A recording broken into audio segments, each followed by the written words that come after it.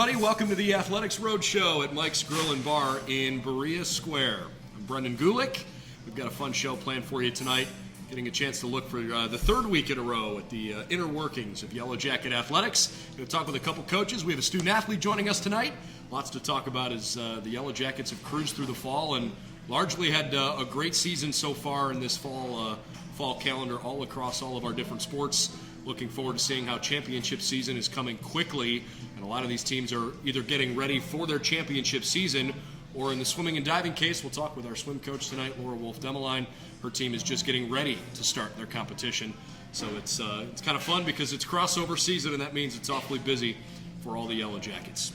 Lots to talk about once we get those folks on with us, but in the meantime, we'll talk a little bit about kind of what's happened here in the last week or so of Yellow Jacket Athletics. And unfortunately, the Yellow Jackets didn't have a particularly successful week, wins and losses-wise, but certainly competed hard. We were with you last Monday, and there were an awful lot of competitions on Wednesday and Saturday, a couple on Sunday as well. We're kind of at that part of the schedule now where there's quite a bit of regularity, mostly a midweek game and a weekend competition for just about all the different teams. Wednesday was basically the Yellow Jackets and the Polar Bears across a couple of different sports. Ohio Northern's had pretty good success so far with their women's volleyball team this fall. They gave our Yellow Jackets a heck of an effort. BW took them all the way down to the fifth set and unfortunately dropped 3-2, but lost that fifth set 15-11. Talked with Casey Enger last week. Her team has had a really good season so far, and I know that was a frustrating loss, but one they think they can keep building on. The men's soccer side and women's soccer team both played Ohio Northern as well on this past Wednesday. Ohio Northern beat the Yellow Jacket men's soccer in a game here in Berea. Final score in that game was 2-0 on a couple of first half goals. Women's soccer team lost 1-0 at Ohio Northern on Wednesday night. Saturday was a busy day, but not as busy as usual Saturdays. The women's and men's swimming and diving teams started with their first inter-squad scrimmage of the year, the brown and gold inter-squad. So that got underway this past weekend, and now the season is upon us. We'll learn more about swimming here in just a bit. The volleyball team we mentioned last week, they were down in New Concord at Muskingum for a doubleheader, and the Jackets unfortunately did not fare as well as they hoped. They lost in straight sets both to Juniata and to Wittenberg. The first contest 25-14, 25-17, 25-16, and the contest against Wittenberg 27-25, 26-24, 25-23, so a little bit tighter in the second go-around there. Men's soccer team had a tough game down at Otterbein, who is truly one of the premier Division III soccer teams in the country this year. Lost by a score of 4-0 as the men's soccer team tries to get some momentum back going now through the middle of the conference. And on the women's side, also a good effort, but fell a little bit short of Otterbein 4-1 in a contest that was played here at home.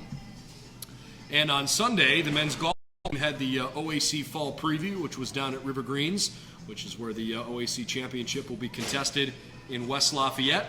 And the Jackets finished with a fifth place finish out of 8 teams total in that fall OAC Fall Preview.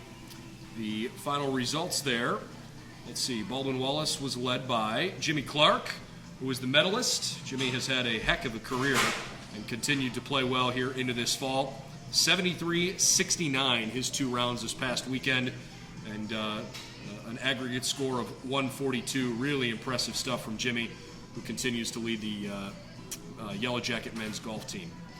And there was supposed to be a tennis match today at Wittenberg, but unfortunately that was postponed, so the women's tennis team will have to get back at it at another point here. So that kind of gets you caught up here on the last week, with plenty more to come here over the next couple of days. Wednesday and Saturday are busy again for the Jackets.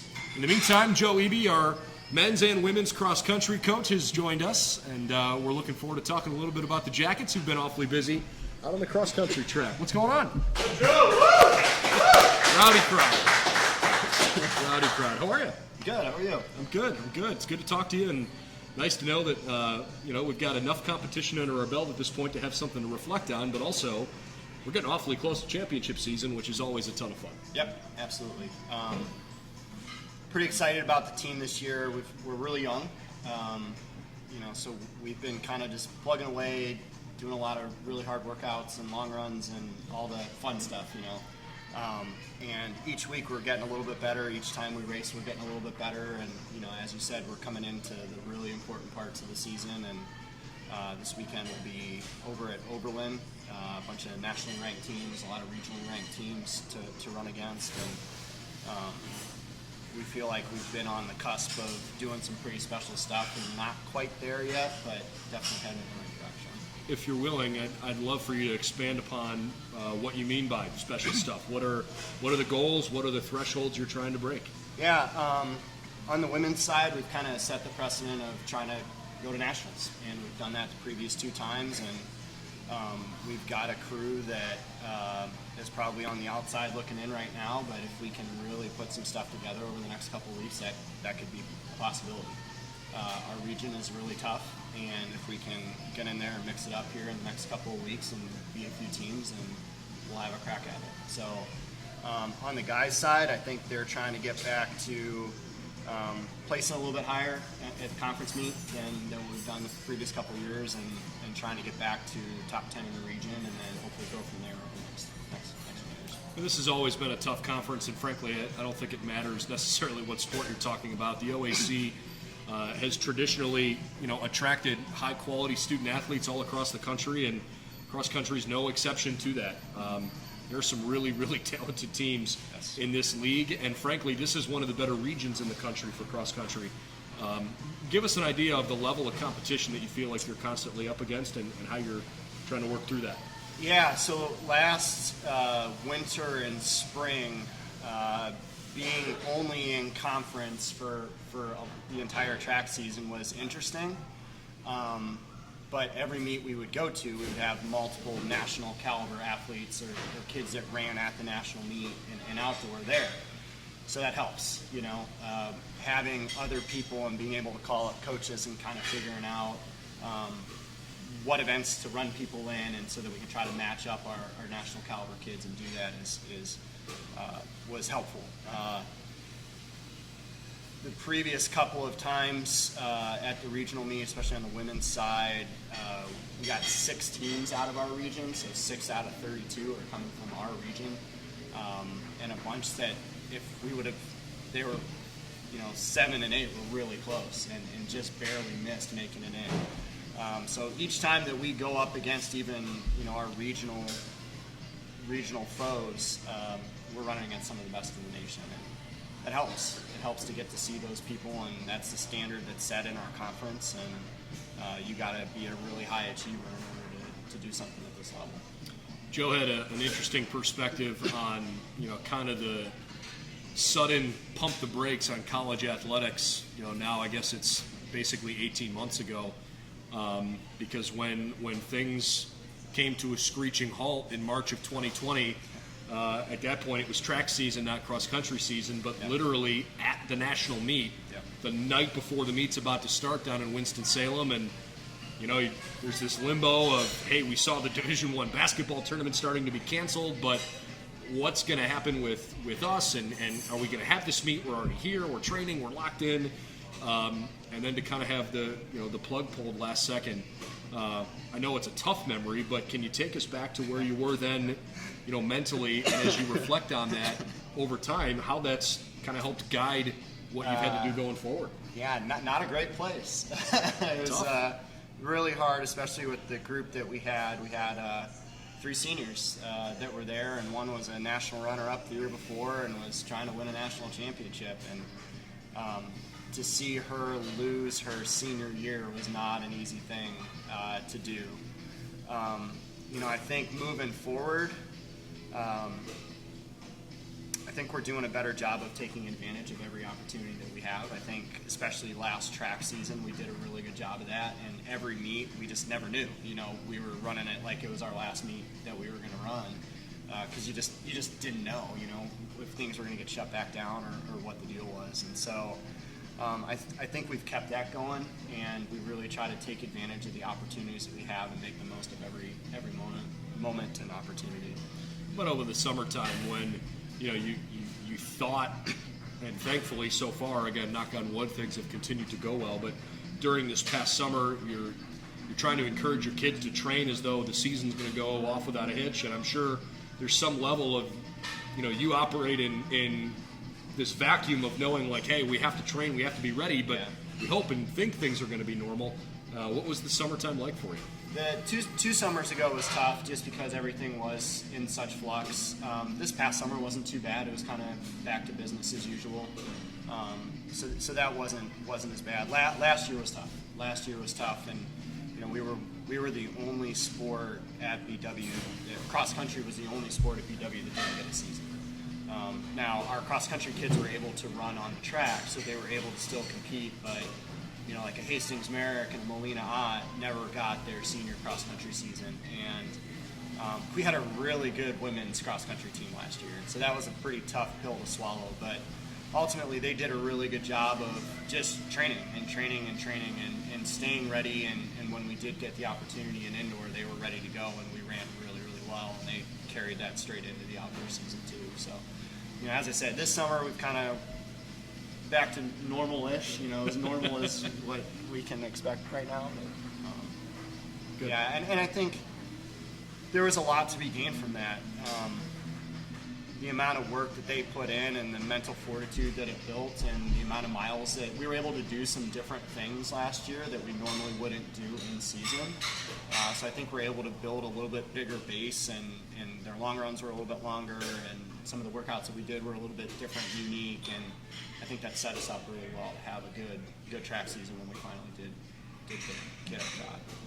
Go through just the schedule real quick so far. On the men's side, they've had 4 meets, the first of which was unscored at Worcester, finishing 9th out of 11 at Wittenberg, 2nd out of 7 teams at Allegheny, and as you mentioned, a meet that was largely Division I schools at Lehigh back on October the 2nd, 38th out of 41 teams over in Bethlehem, PA. Jackets will compete on Saturday at Oberlin in the Interregional Rumble, all gearing up for the OAC Championship, which is just around the corner on the 30th of October. The Great Lakes Regional Meet coming up November 13th, and then in Louisville, Kentucky, we'll see if the Jackets can get to the NCAA Championships. On the women's side, competing in the same meets, unscored at Worcester, at Wittenberg, the Jackets finished 4th out of 11 teams, 2nd out of 8 at Allegheny, and 30th out of the 39 teams, largely D1 schools, against Lehigh, coming up again Oberlin this weekend. Give me an idea from where your expectations were at the beginning of the season to where your team is now, how they've progressed. Are you happy? Are you still looking for more? Where has that journey taken you?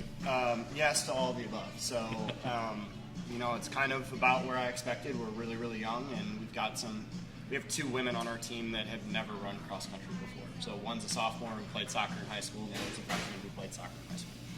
And so they're, as I said in the beginning, we're learning every day. We're getting better every day, both men and women. And we typically run better at the end of the season. Our training is set up that way. Everything is set up to have us run our best at the end when it really matters. And so, we're about where I thought we could be. I always kind of hoping for a little bit more. We're right on the cusp. We had a couple of nationally ranked teams that only finished a handful of points in front of us at Lehigh on the ladies' side, and on the guys' side, we actually beat a couple teams that I was surprised by. They did a really good job, and they stuck their noses in there and got after it. It's funny as you're going through the schedule. In 2018, we won the regional championship at Shelbyville in Indiana, and then we had one of our best finishes ever at nationals in Louisville. So, kind of hoping a little bit of the magic comes back for the 2 places that we're going. We've got a lot of warm, fuzzy feelings about both those places. The guys, the year that the women won, the guys were also top 10 for the first time since I was in school, back when the dinosaurs were roaming the US. So that was a really good performance as well. So hoping to just kind of keep some of that magic going, and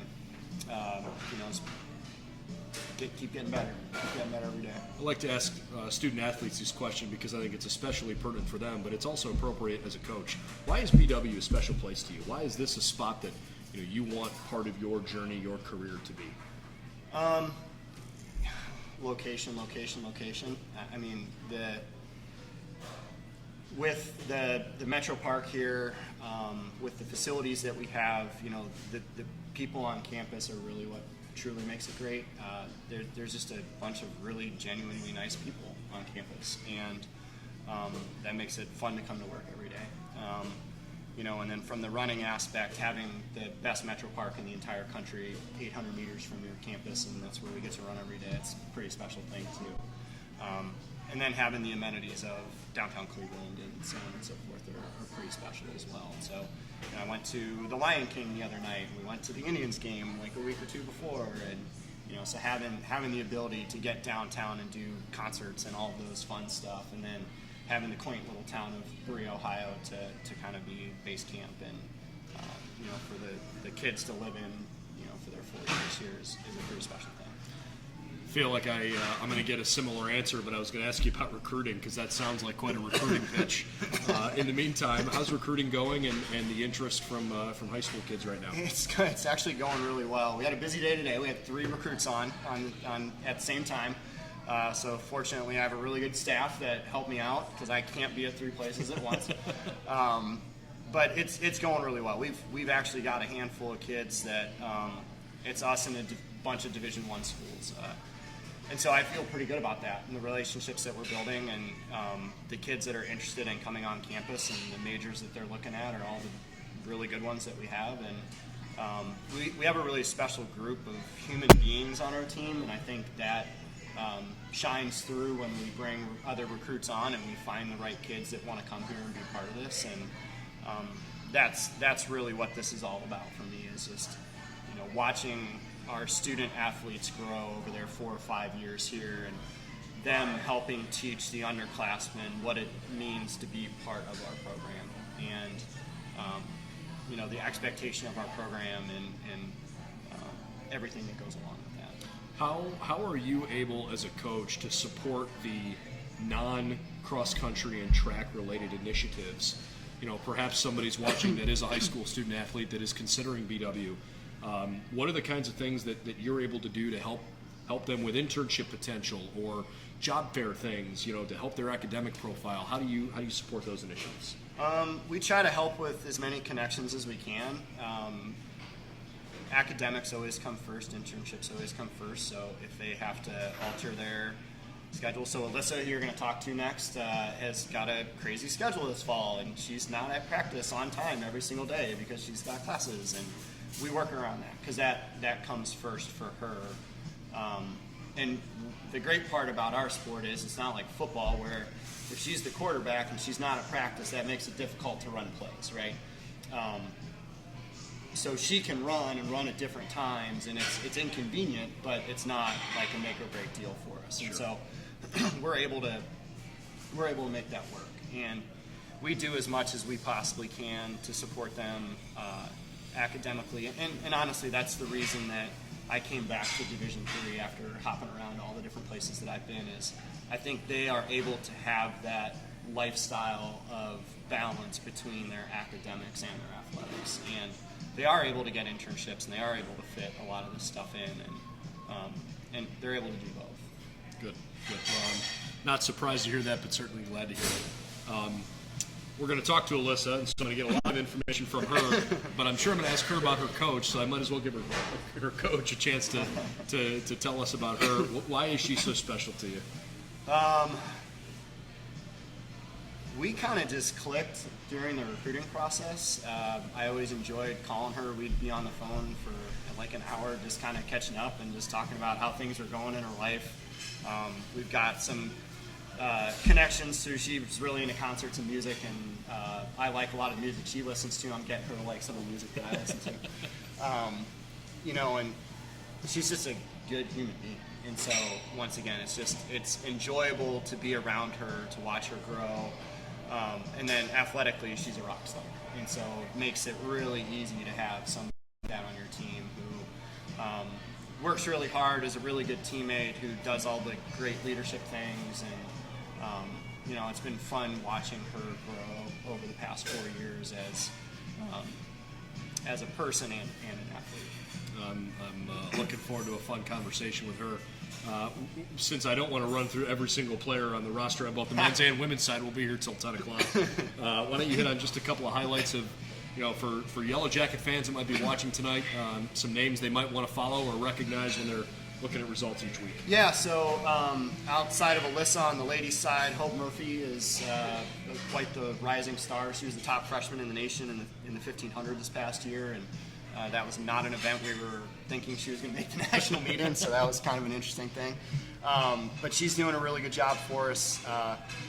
Corey Wentz was our third runner at Paul Short. So for a freshman coming in, for her to really rise to the occasion at that kind of a meet was a pretty special deal. I'm really excited for her.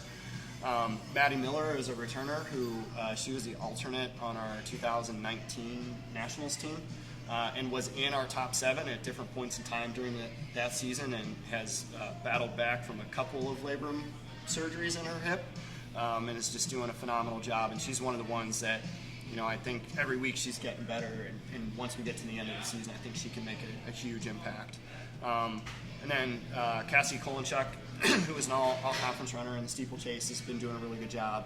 And then Ellie Burns was our 5th at Paul Short. And then on the guys' side, Carter Almeida has been our number 1 or 2 guy all season. He had a really rough year last year with a few injuries and had surgery coming into college, and kind of battled some things that came from that, having that surgery, and he's doing just a phenomenal job and is healthy, which is really good. Connor Foodie is a freshman from Pittsburgh area who's been our number 1 guy a couple of different times, and is he's just a really gritty guy and working really hard. And then a couple of different guys that have been in our top 5 are Nick Descani, Alex Yaron, and Garrett Stanley.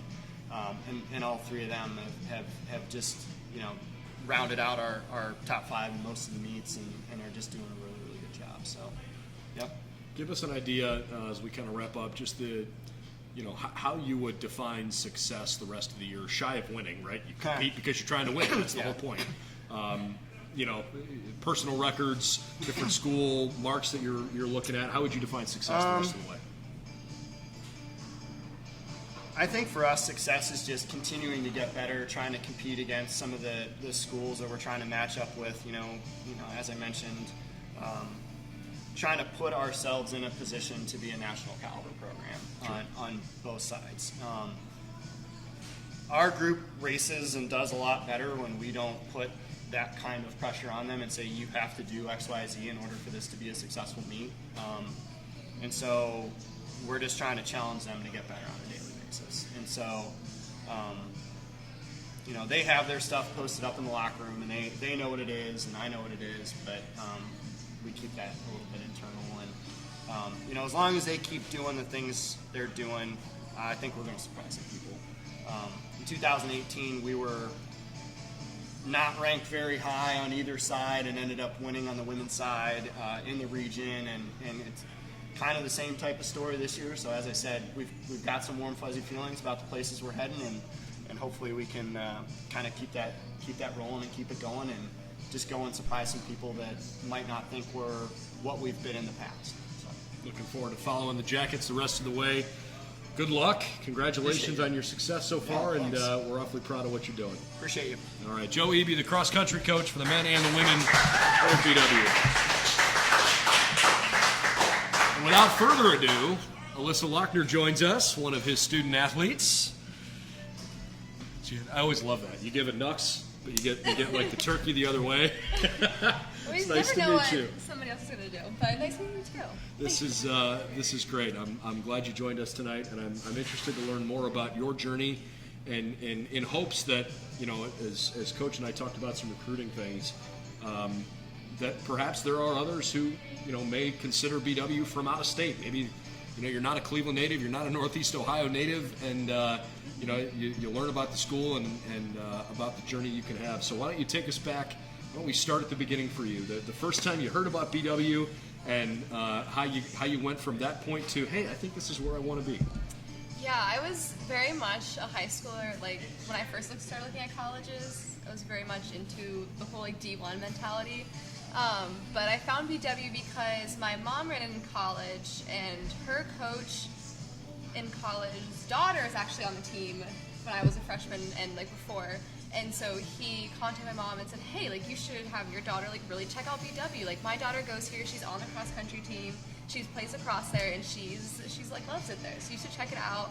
And I was like, oh, like, why not? Like, I'm open to anything at this point. I don't really know where I want to go or what I want to do yet, so I'm not going to say no.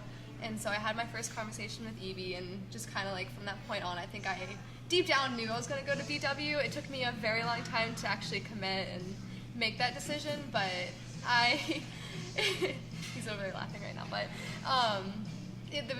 there's just everything about it was just perfect for what I wanted to do beyond cross country, beyond running, beyond college, and just coming here, I clicked with the team immediately, clicked with coach, and it was just like the perfect fit.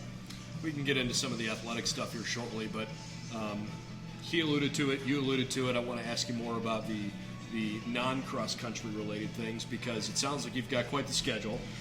Did a little research. It sounds like you've got quite the academic rigor. How do you balance all of it? How do you find time to both compete when you need a special mindset? You're not just going out for a run, and yet you're trying to excel in the classroom. It's definitely not easy. I definitely contribute a lot of like the success with that part, balancing everything with the team, because coming to practice, it's definitely hard. Like, being an athlete's hard, but it's my mental break from school. I love running. I love being around the team. I love doing everything that we do. So that's the easy part, I think. Getting to come to practice, getting to compete. That's my time away from all the stress in life. So it doesn't make it any harder, honestly. Definitely having the rough schedule, like, that makes things hard. But yeah, I have like a double major, I have a minor. I'm doing my own senior thesis right now with research. I've been doing that for about a year. Applying to grad school, so it's definitely a lot right now, but I do enjoy it. I love my major. I love what I found out that I want to do with my profession, and I love coming to the team. So if it's something you love, it doesn't suck so bad, but it's busy and a lot of stuff. So. Well, tell us more about that. Your academic current schedule and what you're hoping to do with it when you're done here. Yeah, this semester for my senior year, it's definitely a lot. I have class every day from 9 until 3 or 4 p.m., and I don't have a lunch break on any of those days, so it's kind of eating in class a lot of the time, eating on my way to class. And then I'm also doing research right now, so I'm designing my own senior thesis for my neuroscience major, and so I'm in the process of waiting to get that approved by the IRB, and then be conducting my research next semester and collecting data. And then also I'm applying to grad schools for PhD programs, so hoping to get into a doctorate program next year. Awesome. So that's also a lot. Pretty busy. And the long-term hope and goal and dream is? I want to get my PhD or doctorate of psych in clinical psychology, and then eventually get my own practice one day down the road, and do some research in psychology. I'm really interested in trauma and how that affects your life, so I really would like to get to do some research and be a practicing psychologist in that. I can tell you from personal experience, my fiance does that exact same thing. Really? And it is a crazy schedule, so you're in for a continued crazy ride. And see, like, that's the great thing about BW. I've made so many connections about things in my field that's helped me with grad school. So there's another connection. It's amazing how BW can do that for people. Mm-hmm. I'm curious about the challenges that COVID presented you as a student athlete, because, and correct me if I'm wrong, right? As a runner, going through what we went through as a country, what we went through as a community, you can still, as long as you found ways to stay healthy, you can still go out and train and push yourself, mm-hmm. because you're not on a field of competition like a football field or a soccer field or a baseball diamond. I know you said it was kind of a release for you, to go out and run when you're not going through your academic stuff. How did you handle pushing yourself and training to continue to try to improve, but knowing that, the only thing you're competing against is the clock. You're not running against others or in a race. Yeah. At first it was kind of easy. Well, no, I guess not easy, but when the national meet was canceled, I was having a hard time. I was the second person out of making the national meet that year, and so just not getting to go and then not getting to see my teammates get to do what they also love to do was hard. But fortunately, Kelly Brendan lives in the area, and I got to spend the entire summer having my season that I didn't get to have with her in the spring, but training-wise, so I got to train with her all summer. So doing workouts every week and running hard every week was easy because I got to do it with one of my favorite people And so that was easy. But when we came back to campus, I actually got injured, so I didn't get to run it all in the fall with the team, so I never really got to do any of the time trials. And that was really hard just because COVID was already very isolating. You couldn't be in the same room with people or be close to people, so I didn't even get to be like 5 feet away from people running because I was in the pool every day. So that was really hard. Definitely pushed me to some mental limits during COVID. And I took some time to kind of just focus on getting my body healthy, keeping my mental state healthy, because those are the things I could control. I can't control Sure. COVID.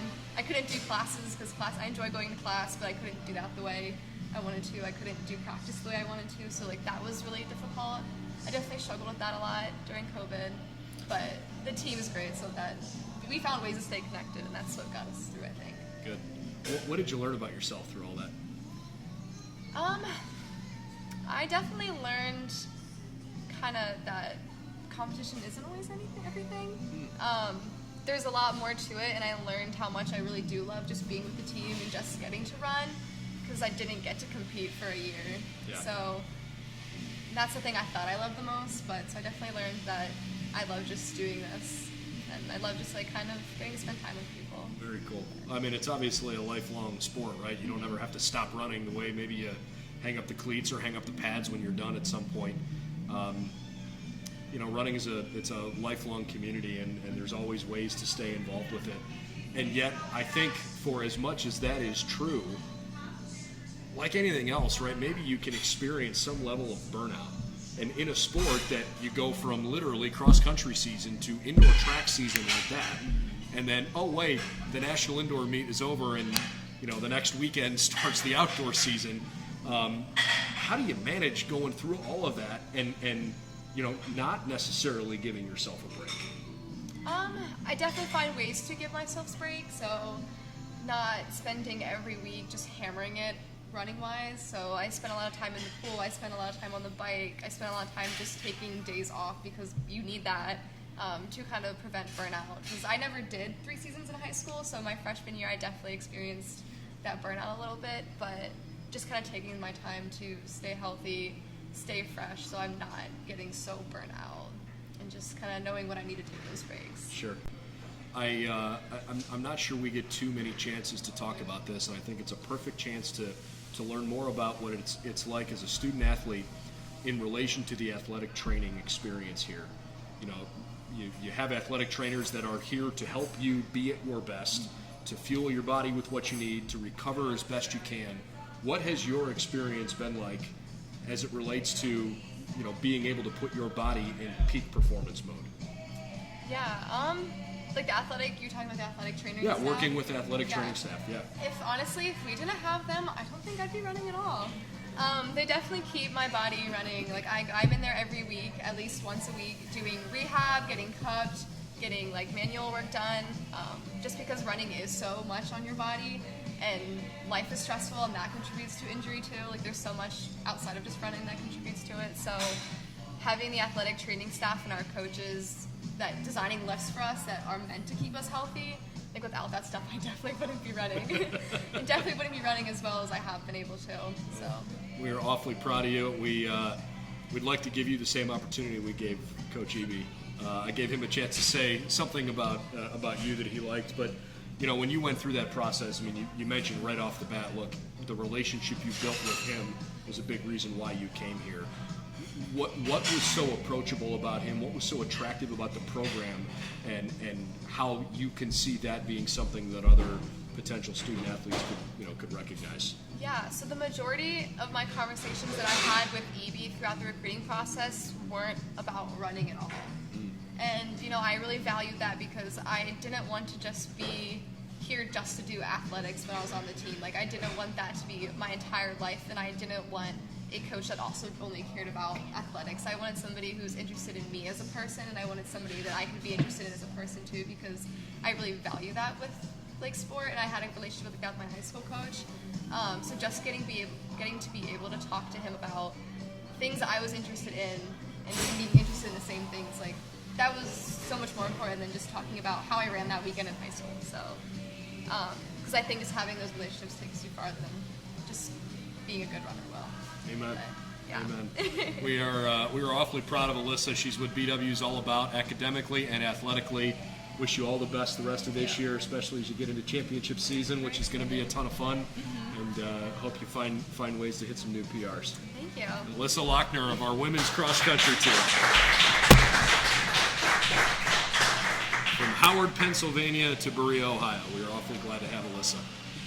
So we've talked a lot about running, which is a sport obviously in the fall, but the winter season is very much upon us. Can't believe that it's already crossover season. The winter sports are ready to start competing. The fall sports are ready to hit their championship season. And so to preview the men's and women's swimming and diving season, we bring on our head coach, Laura Demaline.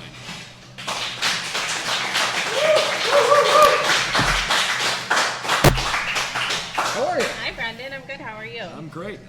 Can't believe we're already at the point of the year where we're talking about being in the pool. I know. Yeah, it's hard to believe.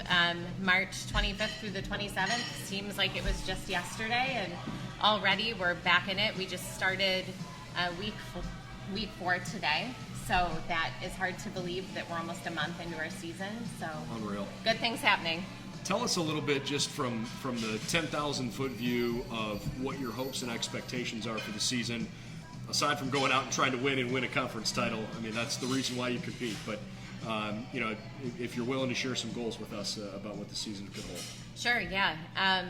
So as we reviewed last season, we had about 12 weeks from when we were able to start training through our conference championship.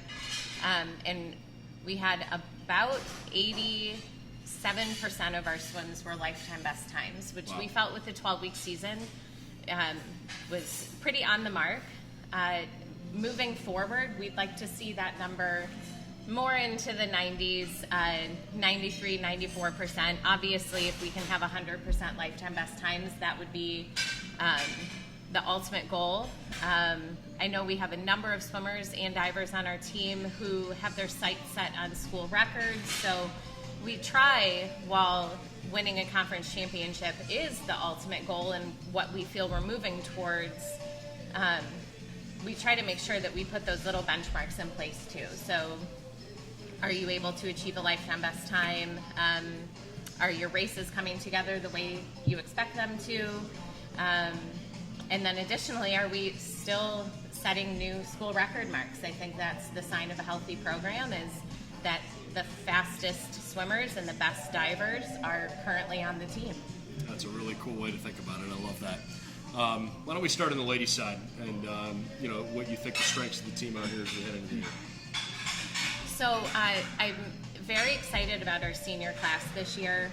We have 4 women who are some of the most tremendous leaders we have on the team, some of the hardest workers. 2 of our seniors are in that top 3 in our conference in the distance events, and so they have that success that they're carrying with them, but then also they're leading by example with great work ethic. They're saying the right things, they're doing the right things, and so to be able to have that group of 4 leading the women's team, I think is really special. We have a couple of juniors who are coming off of great performances last year, finaling in their events at OACs. We had a sophomore class who, as freshmen, really had to persevere and push through, the end of their senior years of high school not being what they expected to their freshman year of college being far from what they expected. And so, we sort of have them back hungry and ready for a normal season. And then we have 8 freshman women who have their sights set on a championship. And so you put all of those pieces together, and I think it's going to make for a great year. Before we dive into the guys' side with a similar question, maybe a thought on just overarching here.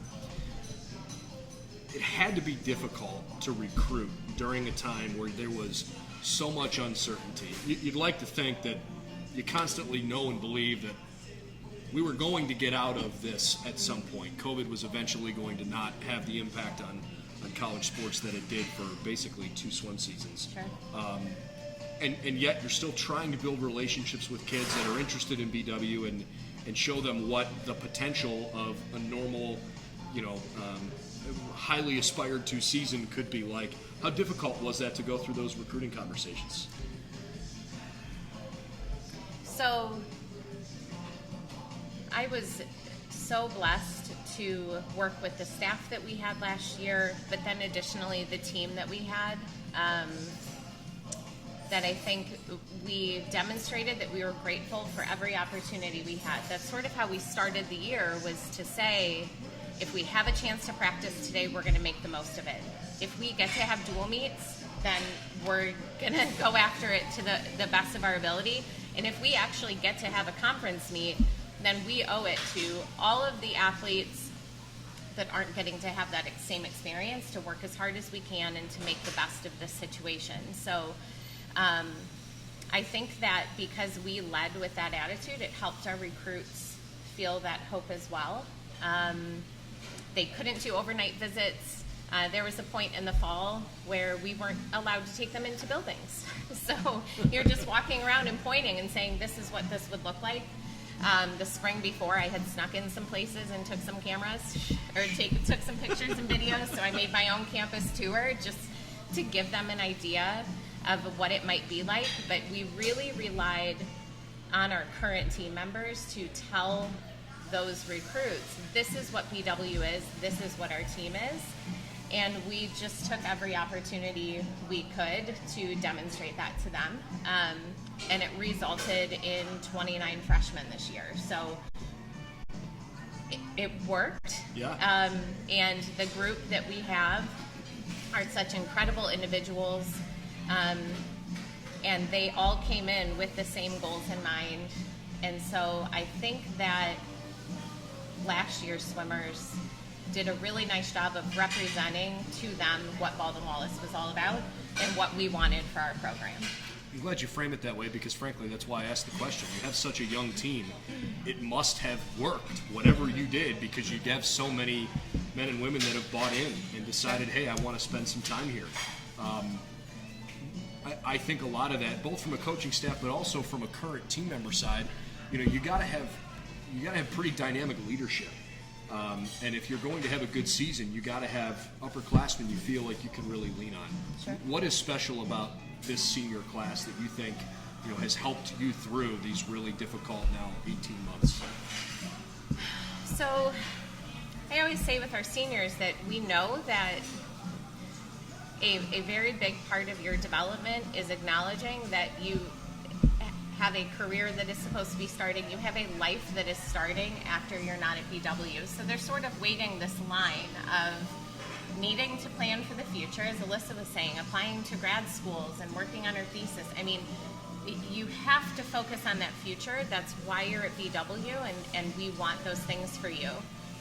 On the flip side, we need you to focus on the team too, and take your life experience and take what you learned through your first 3 years and help lead this young team. So we've really asked a lot of Bella and Kayla and Emily and Julia. Additionally, we have Connor Hardup, who's back for a 5th year. Awesome. So we've sort of, he's taken on the mentality that I'm the first swimmer at BW to swim for 5 years. And so we tried to tell the freshmen that, he's had to have picked something up along the way. So ask him his advice. And so that's what we've asked of these seniors, is that we will support you in what you need to do moving forward. And we're excited, but we also still need help from you because this is a young team and they have so much potential. And this group of 5, they really are leaving the program better than they found it. And that's pretty exciting. That's awfully special. Can't say that every time. Thanks. That's great. I don't want to get too far away before we talk about the men's side. So Sure. same idea. Expectations and hopes for the men's team this year. Oh, goodness. Well, I think that the easiest way to say it, Brendan, is instant improvement. We had an opportunity to see our freshman race this past weekend, and I think that for everybody that was in the stands, everybody on the pool deck, they realized that we returned a lot of talent and we just added a lot of talent. So it was exciting to see them race. It was an inter-squad meet, so to see them race against each other. And at the end of practice today, I said to them, I am so excited to see you race with each other now against somebody else, to be able to see them come together and to see that depth and that talent that we can present now. What has the support from families been like during all of this? Because the reality is, student athletes who are competing at BW and at Division III, the families have to be a part of this, right? It's not just student athlete and coaching staff and team and that's it. Like, right. Families are an integral part of keeping things moving in the right direction and helping, pick athletes up when they're having frustrating times and all of that kind of stuff. What has the support from families been like during all this? Yeah, so last year we Zoomed a lot. Every meet we had a Zoom going in addition to the live stream. Thank you, Sports Information.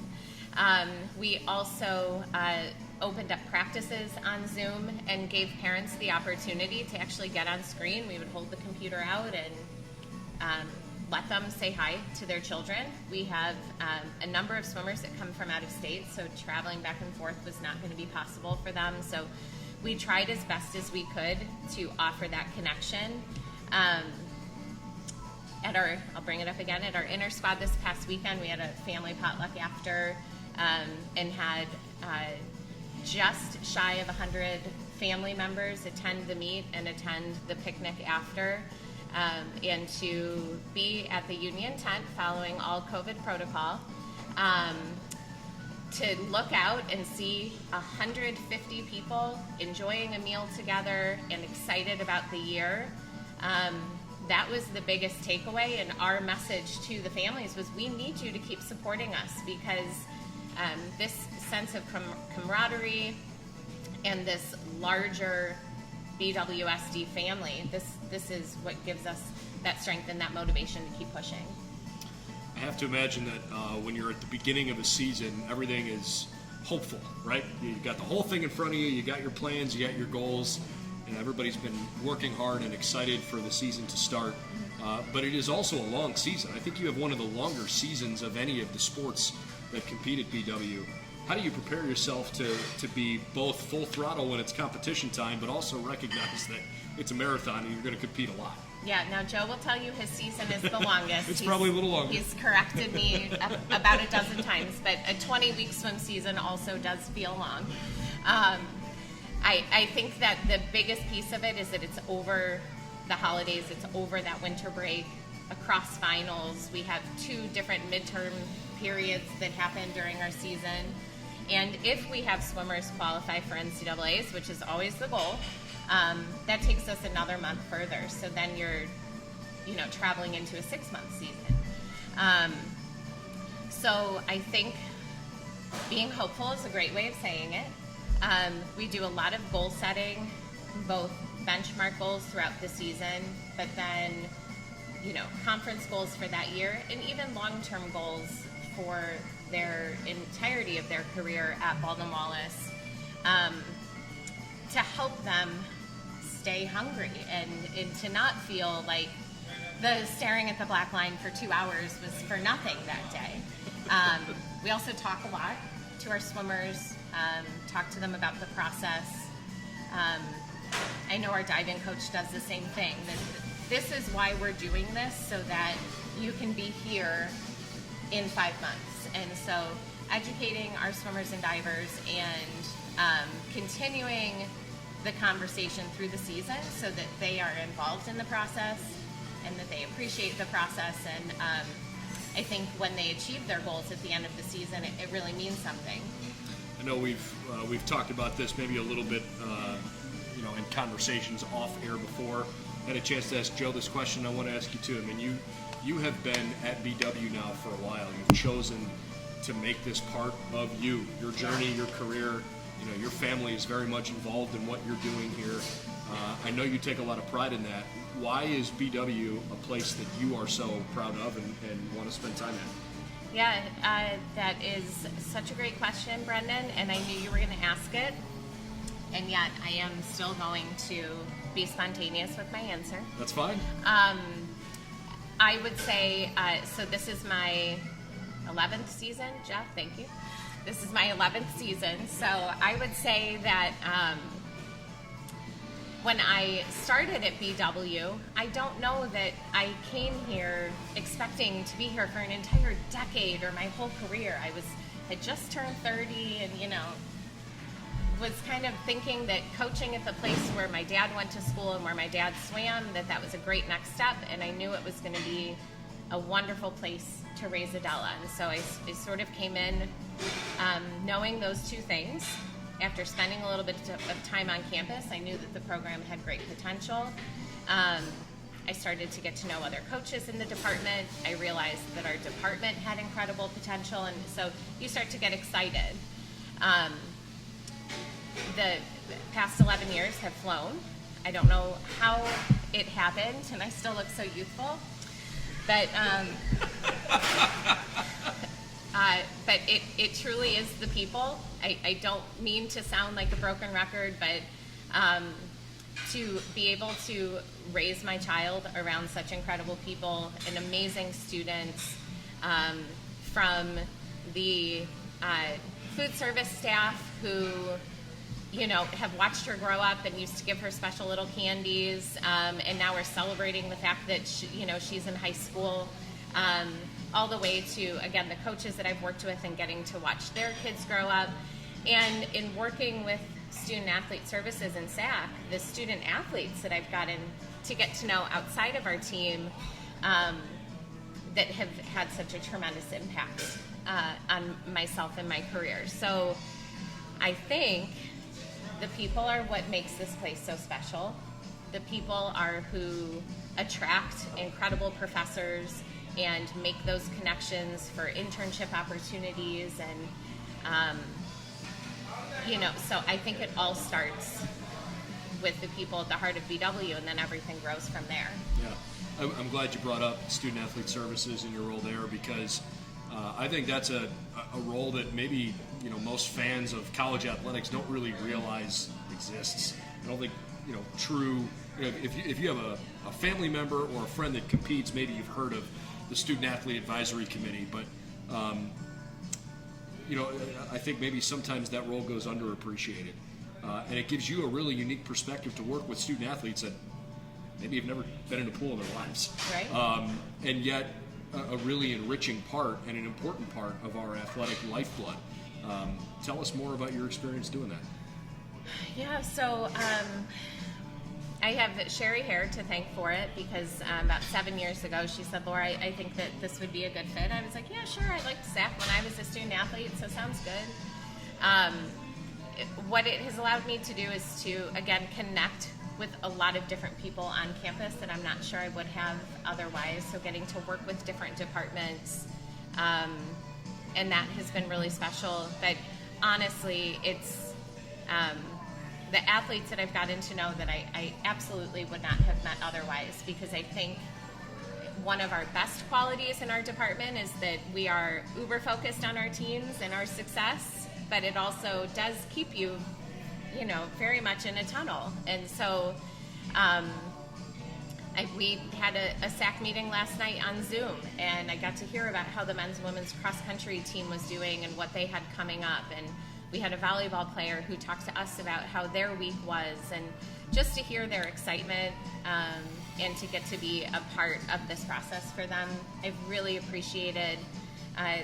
They do a lot of community service and try to create promotions and events so that we can get fans out to other sporting events, and so it's something that I really do appreciate being a part of.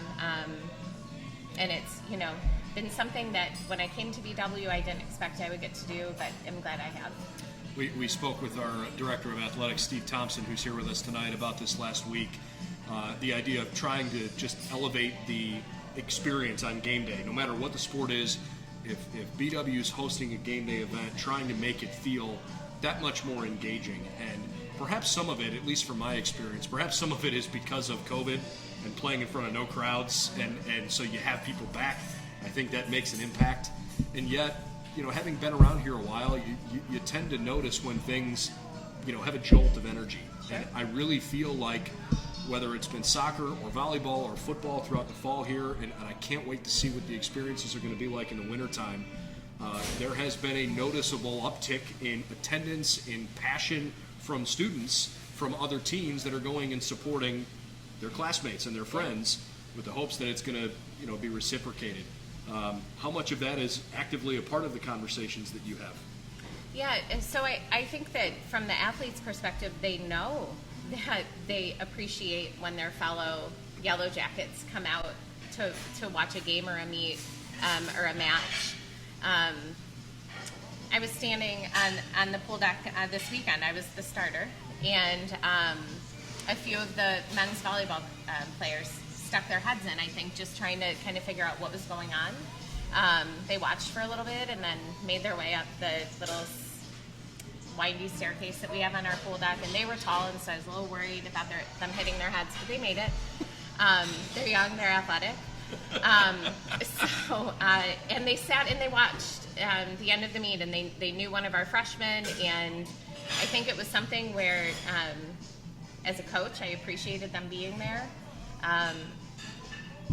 I know that I'm constantly seeing other coaches in our department give shout outs on Instagram, thanking, athletes from other teams for coming to their events. And it's something that perfectly, when you go from playing in front of no one, you very much appreciate the opportunity to have that cheering section. It's been a lot of fun to watch, and again, I am excited about the trajectory of Yellow Jacket athletics right now, both from the work ethic standpoint, but all across. It doesn't really matter what sport it is. The spirit and energy right now, what we are seeing in Berea, I think, is becoming really, really cool. Yeah. Baldwin Wallace is one of the more unique Division III experiences in the country. We've got a ton of really, really good students here, and access to a lot of great resources that I think a lot of our students take advantage of. And it's no surprise that our teams tend to succeed. Yeah. We're proud of what swimming and diving have done, and looking forward to a fun season for you. Thank you. Us too. Thank you so much. All right, Laura Demaline, our head women's and men's swimming and diving coach.